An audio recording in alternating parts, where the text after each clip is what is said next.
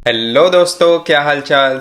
आज हम लोग सॉलिड प्रिंसिपल सीखने वाले हैं इन कोडिंग। और मैं आपको बता दूं, ये इंडिपेंडेंट है। अगर आप बैक एंड में कोडिंग कर रहे हो या फिर फ्रंट एंड पे करो, कहीं भी अगर आप कोडिंग कर रहे हो किसी भी प्रोग्रामिंग लैंग्वेज पे, तो ये सॉलिड प्रिंसिपल हर जगह अप्लाई होते हैं। ओके, और किसी को अगर ये नहीं पता है ये वीडियो कहाँ से आई, तो हमारी एक टीम लीड सीरीज़ चल रही है जिसमें मैं आपको एक नॉर्मल डेवलपर से सीनियर डेवलपर में कैसे जो चीज़ें चाहिए होती वो सारी चीज़ों को कवर कर रहा हूँ। तो ये एपिसोड 6 है उस react native team lead series का। एंड डोंट वरी गाइस, आपके प्रोजेक्ट्स आ रहे हैं, your bro is cooking for that. Okay, तो स्टार्ट करते हैं सॉलिड प्रिंसिपल्स को। तो जैसा कि आप स्क्रीन पे देख सकते हो, this principle is given by Robert C Martin. Okay, जिनको आप शॉर्ट में अंकल बॉब भी कहते हैं इन द प्रोग्रामिंग इंडस्ट्री। तो what are this solid principle basically. तो यहाँ पे आप देख सकते हो कि मैंने इसको 3 पार्ट्स में डिवाइड किया है। हर एक जो SOLID है उसको कवर करेंगे और उसमें मैं आपको बताऊंगा why it's needed, what is solid principle, और उसके साथ साथ मैं आपको प्रैक्टिकल इम्प्लीमेंटेशन भी दूंगा कि how the SOLID principle looks like when you implement that. So वो कैसा दिखता है। तो जैसा कि आप जानते हो कि एक बंदा फ्रेमवर्क और प्रोग्रामिंग लैंग्वेज उसी पे वर्क कर रहा है, उसकी सैलरी 10 LPA से 12 LPA है, और वही दूसरा बंदा उसी टेक्नोलॉजी पे वर्क कर रहा है लेकिन उसकी सैलरी 45 LPA 50 LPA या फिर 1 CR इतनी तक रेंज कर रही है। और ये क्यों ऐसा डिफरेंस क्यों हो रहा है, मैं ये इस एक्सपीरियंस की बात नहीं कर रहा, मैं जेन्युइन लेवल पे बात कर रहा हूँ। अगर किसी के पास 3 years के इक्वल पर्सन है तो ऐसा डिफरेंस क्यों आ रहा है। ऐसा डिफरेंस इसीलिए आ रहा है क्योंकि जो 45 LPA या 55 LPA पे जो बंदा वर्क कर रहा है वो एक सॉलिड प्रिंसिपल कोड राइट कर पा रहा है for the company. Okay, so why it's needed basically, तो मैं आपको बताता हूँ यहाँ पे। जैसा कि आप देख सकते हो, एक सिनारियो आपने देखा होगा, जोहो पीपल एक एप्लीकेशन है बेसिकली HR मैनेजमेंट का, जिसमें बहुत सारी चीज़ें होती है आपकी, लाइक पे स्लिप्स होते हैं और भी HR मतलब एम्प्लॉय मैनेजमेंट पोर्टल होता है पूरी तरीके से।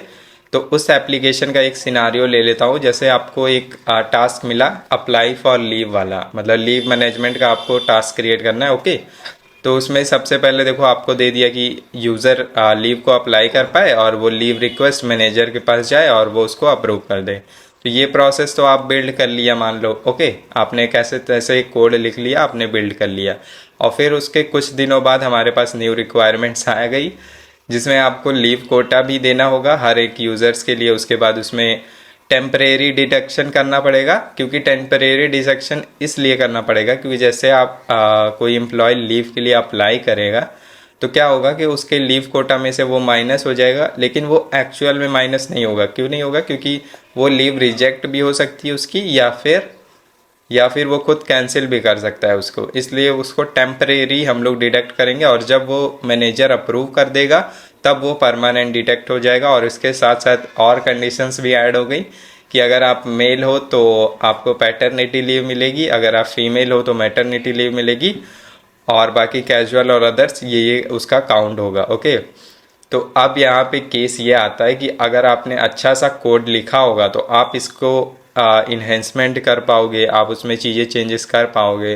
और अगर आपने अच्छा स्केलेबल कोड नहीं लिखा है तो आपको यहाँ पे दिक्कत आएगी।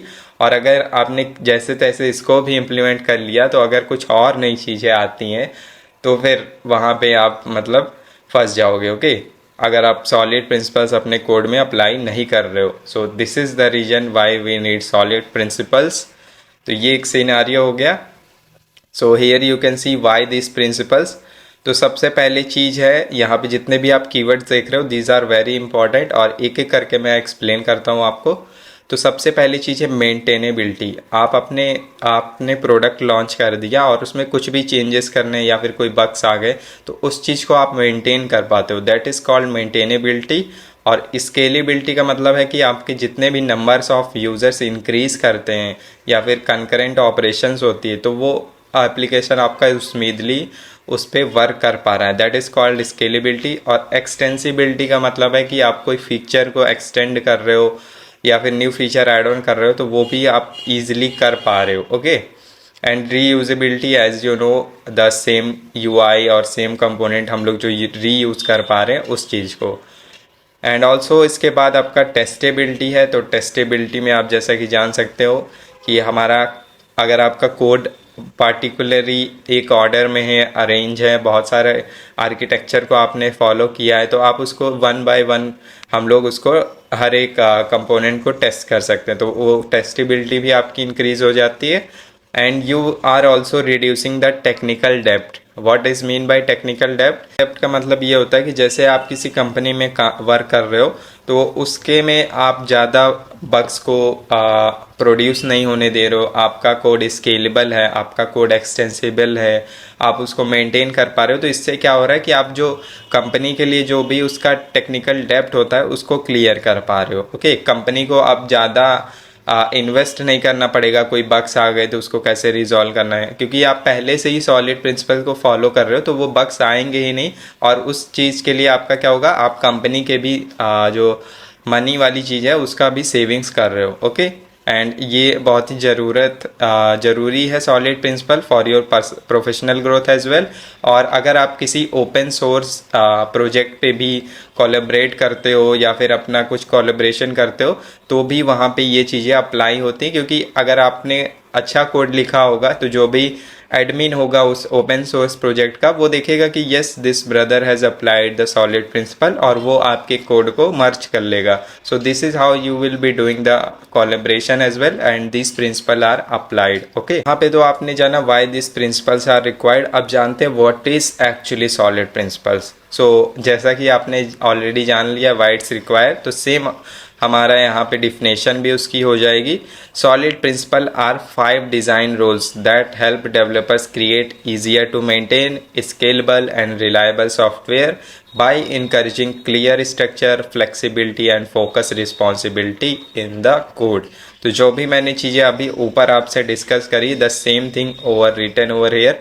तो अगर आपसे इंटरव्यू में अगर किसी ने पूछ लिया या फिर कोई भी आपसे पूछता है what is solid principles in programming, you can answer this definition. Okay, और अगर वो और इन डेप्थ में जाने की बात करता है then you can explain this 5 step one by one, जो कि हम लोग अब करने वाले। ओके, सो वही चीज़ यहाँ पे लिखी है कि ये 5 रूल्स होते हैं बेसिकली, जो कि एक कोडर को एक अच्छा कोड बेस मेंटेन करने के लिए, स्केलर प्रोजेक्ट को राइट करने के लिए, रिलायबल सॉफ्टवेयर क्रिएट करने के लिए इनकरेज करता है। ओके, और ये एक फ्लेक्सिबिलिटी एंड फोकस रिस्पॉन्सिबिलिटी देता है डेवलपर को इन the code. Okay, so this is the solid principles. और अब हम लोग इसको डिस्कस करते हैं SOLID के फॉर्म में, मतलब हर एक जो एक्रोनियम्स है इसको हम लोग डिटेल में डिस्कस करते हैं।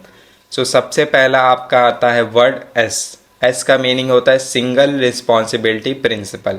ओके, और इसकी अगर मैं डिफिनेशन की बात करूँ तो it's just a 4 word of line, 1 class 1 responsibility. इसका क्या मतलब हुआ कि जैसा कि आप UI की अगर बात करो तो ये देखो, ये वाले जो हेडर्स हैं आपके, ओके, ये वाले हेडर्स हैं, ये एक क्लास होंगी और ये एक रिस्पॉन्सिबिलिटी के साथ होंगी। अगर ये वाले हेडर्स आपके कोई आइटम्स को शो कर रहे हैं तो इसका आप एक सिंगल कंपोनेंट क्रिएट कर पाओगे। इससे क्या होगा, ये दूसरी चीज़ों पे अफेक्ट नहीं करेगा। अगर आपको इसमें चेंज करना है तो ये इस पे अफेक्ट नहीं करेगा, अगर आप इसको इस पे चेंज करना है तो ये ऊपर वाले पे अफेक्ट नहीं करेगा। ओके, सो ऐसे ऐसे हम लोग क्या करते हैं, एक सिंगल कंपोनेंट क्रिएट करते हैं फॉर द 1 रिस्पॉन्सिबिलिटी। अगर आप कोई ऐड का कराउजल चलाना चाह रहे हो अपने एप्लीकेशन में, जैसे कि मान लो ये वाला पार्ट हो गया, तो इसके लिए आप एक सिंगल क्लास क्रिएट करोगे, और क्लास का यहाँ पे मतलब है फंक्शनल कंपोनेंट। या फिर अगर मैं Node.js की बात करूँ तो वहाँ पे आपका कोई सर्विस हो गया। ओके, इस तरीके से। तो जैसा कि आप देख सकते हो यहाँ पे नोटिफिकेशन के लिए अलग आपकी क्लास हो गई, यूज़र के लिए अलग हो गई, पेमेंट्स वगैरह के लिए अलग हो गई, प्रोडक्ट्स के लिए अलग हो गई। तो इससे क्या है कि एक रिस्पॉन्सिबिलिटी है और एक क्लास होनी चाहिए आपकी। Okay, so this is the first rule of SOLID principle. और इसके बाद दूसरा हमारा रूल आता है open closed principle, that stand for O in the short, आप इसको OSP कह सकते हो। तो open for extension, closed for modification. What it means by that, so इसका मतलब सिंपल यही होता है कि मान लो जैसे आपने कोई पेमेंट गेटवे क्रिएट किया, तो आप उसमें मान लो जब आपका प्रोडक्ट इनिशियल लॉन्च पे है तो उस सर्विस में आप जैसे कैश ऑन डिलीवरी ऐड कर दिया, आपने फ़ोन पे ऐड कर दिया, और फ्यूचर में रिक्वायरमेंट्स आती कि हमें क्रेडिट कार्ड भी चाहिए, इंटरनेट बैंकिंग भी चाहिए, और भी वीज़ा वाले चाहिए। ओके, सो वो सारे हमारे पेमेंट मेथड और गेटवे ऐड ऑन कर दो। तो इसमें क्या होगा, क्लोज्ड फॉर मॉडिफिकेशन, मतलब कि जो पीछे वाले जो आपका कैश ऑन डिलीवरी और फ़ोन पे आपने ऐड किया था उसमें कोई चेंजेस नहीं हो रहे। चेंजेस कहाँ पे हो रहे, उसके आगे वाले में हो रहे, मतलब ओपन फॉर एक्सटेंशन। आप पेमेंट गेटवे को एक्सटेंड कर रहे हो, उसमें न्यू फंक्शनैलिटी ऐड कर रहे हो। ओके, तो ये चीज़ आपको ध्यान में देनी है। जैसा कि अगर मैं आपको कोड पे बताऊँ in the react native UI के पर्सपेक्टिव से, तो मान लो जैसे कि ये आपका हमने जो अभी हाल ही में ब्लिंकिट का क्लोन बनाया था, तो उसमें मान लो ये जैसे आपका मैप हो गया। Okay, this is the map, और उसके नीचे आपके डिलीवरी के डिटेल्स और भी सारी डिटेल्स होती हैं, जैसे क्या क्या आइटम्स परचेज किया। लेकिन इसमें अगर मैं एक्सटेंड करना चाहूँ, जैसे एड्स ऑन करना चाहूँ या फिर कोई और एनिमेशंस या फिर कोई और डिटेल्स भी ऐड करना चाहूँ, तो मैं कर सकता हूँ। So this is the whole component is open for extension बस closed for modification। okay, so this rule you also need to apply। और यहाँ पे जैसा कि आप देख सकते हो इन द Node.js में बात कर रहा हूँ कि कैश ऑन डिलीवरी फ़ोन पे आपने कर दिया और फिर न्यू रिक्वायरमेंट्स आई कि इंटरनेट बैंकिंग या फिर कूपन से भी हो जाए या फिर गिफ्ट कार्ड से हो जाए, तो ये सारी चीज़ें हम एक्सटेंड कर सकते हैं। So this is open closed principle. Okay, and हमारा थर्ड मेथड है लिस्कोव सब्स्टिट्यूशन प्रिंसिपल। तो Liskov is just a name of the जिसने ये प्रिंसिपल को दिया है। ओके, जैसा कि आपने देखा होगा Kadane's algorithm, Prim's algorithm, Floyd Warshall algorithm, तो ये सारे इसका कोई मीनिंग नहीं है, ये नेम है उनका। ओके, सो इसका मतलब ये होता है लिस्कोव सब्स्टिट्यूशन प्रिंसिपल में कि subtypes should be substitutable for their base types. इसका मतलब क्या हुआ कि जैसे मान लो आपने एक बटन क्रिएट किया और उस बटन का जो बेस बिहेवियर है, बेस बिहेवियर क्या है उसका, कि उसको क्लिक होना चाहिए और उस पर कोई ऑन प्रेस इवेंट हो। ओके, और जिसका आप रीयूजेबिलिटी कर पा रहे हो। लेकिन उसमें क्या है कि मैं एक दूसरा बटन चाहता हूँ, एक न्यू क्लास जो है, जो कि पेरेंट जो हमारा बेस प्रॉपर्टी है उस बटन की, उसको एक्सटेंड कर रहा है। जिसमें हम लोग क्या ऐड ऑन कर रहे हैं, जिसमें हम लोग एक आइकन ऐड ऑन कर रहे हैं जो कि साइड में शो होगा as you can see on the screen.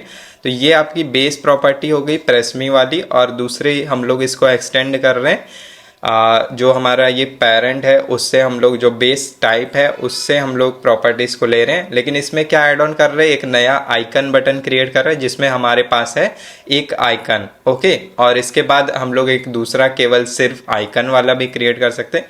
तो इसमें क्या है, आप देख रहे हो कि जो बेस टाइप है उसको हम लोग सब्स्टिट्यूट नहीं कर रहे हैं, हम लोग एक न्यू उससे मतलब बेस क्लास पे कोई इफेक्ट नहीं पड़ रहा है, हम लोग उस चीज को सब्स्टिट्यूट कर पा रहे हैं। Okay, so this is the meaning of substitution principle, जिसमें हमारा जो भी उसका पेरेंट क्लास की चीज़ें हैं उसको हम लोग सब्स्टिट्यूट नहीं कर रहे हैं। ओके, अब उसके अंदर अगर आप कोई फंक्शनैलिटी चेंज करना चाह रहे हो तो उसको आप परफॉर्म कर सकते हो। Like we have added here a icon in the text as well. Okay, इसके आप देख रहे हो कि प्रेस मी के लेफ्ट साइड में एक आइकन भी ऐड कर दिया हमने without substituting the base types. और जैसा कि आपको अगर Node.js का मैं एग्जांपल दिखाऊं अगर बैकएंड के पर्सपेक्टिव से, तो जैसे मान लो आपने एक प्रोडक्ट क्रिएट किया, तो प्रोडक्ट में प्राइस, नेम, ये सारी डिटेल्स हो जाती हैं। लेकिन हमारे पास एक डिस्काउंट प्रोडक्ट भी होता है। डिस्काउंट प्रोडक्ट में जिसमें मान लो उसके एक्चुअल प्राइस से कुछ प्राइस उसमें माइनस होता है। तो लेकिन इसमें क्या है कि बेस आपका क्या होगा, बेस आपका तो प्रोडक्ट ही होगा ना, और उसके बाद जो भी डिस्काउंट होगा तो वो एक न्यू प्रोडक्ट जनरेट करेगा, that is called discount product. और इसी का मतलब होता है हमारा लिस्कोव सब्स्टिट्यूशन प्रिंसिपल, जिसका हम लोग अप्लाई कर रहे हैं। ओके, अगर आप देखो प्रोडक्ट में ही चीज़ें ऐड ऑन करते जाओगे तो इससे क्या होगा, आपका कोड मेसी हो जाएगा। अगर मैं देखो प्रेस मी वाले में ही ऐड करता गया तो इससे क्या होगा, कोड हमारा मेसी हो जाएगा। Okay, so this is why this Liskov substitution principle you need to apply where you are using from the parent class, जो भी बेस टाइप्स हैं उसका यूज़ करके आप न्यू एंटिटीज क्रिएट कर रहे हो। तो जैसा मैं आपको हमने ग्रो के एप्लीकेशन में किया, टोस्ट क्रिएट किया था बेसिकली। तो जैसा कि आप ये बॉटम में देख रहे हो एरर अकर्ड, तो यहाँ पे क्या होगा, एक तो आपका टोस्ट मैसेज हो सकता है सक्सेस वाला टोस्ट मैसेज जिसमें हम लोग ग्रीन टिक शो करेंगे। ओके, और एक हो सकता है एरर वाला जिसमें हम लोग रेड कलर शो करेंगे, और एक हो सकता है आपका वार्निंग वाला है जिसमें हम लोग येलो कलर शो करेंगे। ओके, लेकिन लेकिन यहाँ पे आप देखो उसका बेस टाइप क्या है। बेस टाइप का मतलब हुआ कि उसका जो बिहेवियर है वो तो है कि नीचे से वो स्लाइड अप करके बॉटम वाले स्क्रीन पे आपका शो होगा। ओके, ये उसकी बेस प्रॉपर्टी हो गई। लेकिन हम लोग उसको 3 टाइप्स में यूज़ कर रहे हैं for the different different 3 substitution. I hope you got to know what I am trying to say. तो this is the process of Liskov substitution principle. और इसके बाद हम लोग नेक्स्ट प्रॉपर्टी पे बढ़ते हैं, the fourth one, that is interference segregation principle, that stand for I. तो इसमें क्या है हमारा, जैसा कि आप डिफिनेशन देख सकते हो, many client specific interfaces are better than one general purpose interface. इसका क्या मतलब हुआ कि देखो आपने एक यूज़र इंटरफेस क्रिएट किया। अगर मैं आपके टाइप स्क्रिप्ट की बात करूँ, और हमने टाइप स्क्रिप्ट पिछली वीडियो में पढ़ लिया है, तो आई होप किसी को कोई दिक्कत नहीं होगी इसमें। तो इसमें देखो यूज़र है, यूज़र कुछ प्रोडक्ट्स को वहाँ पे हार्ट वाले आइकन पे क्लिक करके उस पर क्या कर सकता है, फेवरेट बना सकता है अपने। ओके, फेवरेट लिस्ट में ऐड कर सकता है। लेकिन वो फेवरेट में जो प्रोडक्ट्स ऐड होंगे वो किस टाइप के होंगे, वो टाइप होगा एक एरे का टाइप होगा, प्रोडक्ट्स का एरे होगा वो। ओके, लेकिन देखो हम यूज़र में प्रोडक्ट्स के टाइप को नहीं डिफाइन कर रहे, हमने उसका एक अलग से उसको डिफाइन ऑलरेडी कर लिया है। तो that is what is meaning bye for the many client specific interfaces are better than one general purpose interface। हमने इसमें यूज़र में एक सिंगल जनरल पर्पस इंटरफेस नहीं क्रिएट किया है, हमने एक अलग प्रोडक्ट्स को अलग किया है, और अगर वो यूज़र से रिलेटेड है तो उसमें हम लोग उसका यूज़ कर पा रहे हैं। So this is interference segregation principle means. और अगर मैं और इसका एग्जांपल दूँ आपका, तो जैसे कि आप क्रिएट करते हो, जैसे रिडक्स स्टेट क्रिएट करते हो, तो रिडक्स में जैसे कार्ट के लिए अलग हो गया, ऑथेंटिकेशन के लिए अलग हो गया। ओके, अगर आप कंटेक्स्ट एपीआई का यूज़ कर रहे हो तो ऑथ कंटेक्स्ट से आप एक आप क्रिएट करते हो ना, और दूसरा आप कार्ट कंटेक्स्ट क्रिएट कर सकते हो। तो इससे क्या है कि वो अलग अलग चीज़ें क्या हो रही है, सेग्रीगेट हो रही हैं, एक साथ वो जनरल पर्पस वाली चीज़ें नहीं हो रही है। लेकिन अगर आप इसको ध्यान से देखोगे तो ये सारी चीज़ें किससे रिलेटेड है, रिलेटेड तो यूज़र से ही है ना, उसी का ऑथेंटिकेशन है, उसी के जो कार्ट है, उसी का आइटम है। लेकिन तब भी इसमें क्या है, चीज़ें सेग्रीगेटेड हो गई है। So this is what is called interface segregation principle. और इसमें आपका कोड मैसी नहीं होगा। अगर आपको ऑथेंटिकेशन में चेंज करना है तो कार्ट में कोई चेंजेस नहीं होंगे, अगर कार्ट में कर रहे हो तो ऑथेंटिकेशन में नहीं होगा। तो how cool it is. And ये होता है बेसिकली एक क्लीन कोड राइट करने का सबसे बढ़िया तरीका। Okay, and the last one is D, dependency inversion principle. So इसका क्या मतलब होता है, इसका आप जैसे कि देख रहे हो, depends on abstraction not concretions, reducing the dependency of high level modules on low level modules. इसका क्या मतलब हुआ, इसका मैं अभी आपको एग्जांपल दिखाता हूँ। सो जैसे कि देखो हमने अभी बेमैक्स प्रोजेक्ट रिसेंटली क्रिएट किया था, तो उसमें मैंने क्या किया है, रिएक्ट नेटिव की अगर बात करूँ तो उसमें मैंने जैसे ये देखो एक नेविगेशन यूटिल्स का एक फ़ाइल क्रिएट किया है, जिसमें जितने भी नेविगेशन के एक्शंस हैं, लाइक एक स्क्रीन से दूसरी स्क्रीन पे जाना, पूरे स्क्रीन को रिसेट कर देना, पीछे वाली स्क्रीन पे मूव करना, या फिर किसी नेक्स्ट स्क्रीन पे पुश करना, पॉप करना, तो वो सारे जितने भी ऑपरेशंस हैं मैंने उसको यहीं पे राइट किया है। ओके, मैं हर स्क्रीन पे जाके, जैसे मान लो बेमैक्स पे गया तो मैं यहाँ पे जाके इस तरीके से कॉन्स्ट राइट करके, देन नेविगेट राइट करके, फिर यूज़ नेविगेट को इंपोर्ट करूँ। ऐसे तो मुझे हर एक स्क्रीन पे अगर मुझे नेविगेशन यूज़ करना है तो सब स्क्रीन पे मुझे यही जाके करना पड़ेगा। ओके, तो ये देख रहे हो, ये जो है आपका ये डिपेंडेंसी है, it is not depending on this high level low level module. Okay, ये इस पे डिपेंडेंट नहीं हो रहा है। हम लोग क्या कर रहे हैं, बेसिकली इसको हम लोग पहले से ही इसका रेफरेंस क्रिएट कर रहे हैं नेविगेशन में, और जहाँ भी हमें इसकी ज़रूरत होगी वहाँ पे हम लोग इसको इंपोर्ट कर ले रहे हैं। हमें इसको हर जगह जाके इस तरीके से डिक्लेयर करके इंपोर्ट नहीं करना पड़ रहा है। ओके, जैसा कि आप देख सकते हो मैं यहाँ पे सिंपल सा इसको रिसेट एंड नेविगेट कर रहा हूँ ऑन द स्क्रीन। ओके, सो जैसा कि आप देख सकते हो स्प्लैश स्क्रीन की अगर मैं बात करूँ, ये देखो मैं सिंपल सा रीसेट एंड नेविगेट कर रहा हूँ बेमैक्स स्क्रीन पे विथआउट इन यहाँ पे मैं कुछ भी राइट नहीं कर रहा हूँ नेविगेशन यूज़ नेविगेशन, मैं सिंपल सी जो भी हमारा हाई लेवल मॉड्यूल है उसका यूज़ कर ले रहे हैं और this is not dependent on this low level modules. Okay, तो इससे कितना ज़्यादा रीयूजेबिलिटी हो रहा है आपके कोड में और कितना ज़्यादा आपका कोड इम्प्रूव हो जा रहा है।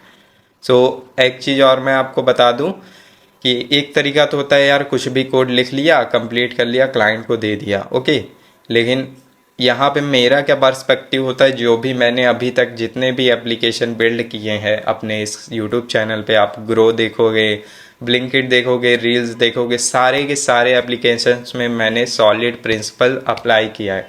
मतलब आप खुद जाके जब कोड समझोगे और देखोगे तो देखोगे कितना ज़्यादा कोड अरेंज है, कितने ज़्यादा हमने कोई इंपोर्ट्स नहीं ज़्यादा किया है और जितने भी सर्विसेज हैं वो सारी चीज़ें सेग्रीगेटेड हैं। तो ये जितने भी मैंने प्रिंसिपल बताए हैं इसका प्रैक्टिकल एग्जांपल आप मेरे हर एक प्रोजेक्ट्स में देखोगे और अगर आप कोई मेरा एक प्रोजेक्ट भी बिल्ड कर लेते हो so you are following the solid principles which is required in the industry. और ये मैं नोड जेएस की बात नहीं कर रहा, रिएक्ट नेटिव की बात नहीं कर रहा, किसी भी आप प्रोग्रामिंग लैंग्वेज में किसी भी फ्रेमवर्क पे कोडिंग करते हो हर जगह आपको ये सॉलिड प्रिंसिपल्स अप्लाई करने हैं। Okay, so I hope you got to learn something new what is this solid principles, और जो कि आपकी सैलरी को इंक्रीज करेगा, आपको एक जूनियर डेवलपर या फिर नॉर्मल डेवलपर से एक सीनियर डेव में कन्वर्ट कर देगा। क्योंकि जब आप पीआर रिव्यू करोगे एज अ टीम लीडर तो आप यही सारी चीज़ें कोड में चेक करोगे, जो भी आपके जूनियर्स होंगे उसके में चेक करोगे क्या ये बंदा इस प्रिंसिपल्स को फॉलो कर रहा है, क्या ये बार बार यूज़ नेविगेशन इंपोर्ट तो नहीं कर रहा है, क्या इसका जो भी सर्विसेज है वो हर जगह जा जाके हर एक सिंगल कंपोनेंट में यूज़ इफेक्ट कॉल तो नहीं कर रहा है। तो ये सारी चीज़ों आपको कोड पीआर और जो भी हम लोग करते हैं उसमें करना पड़ता है।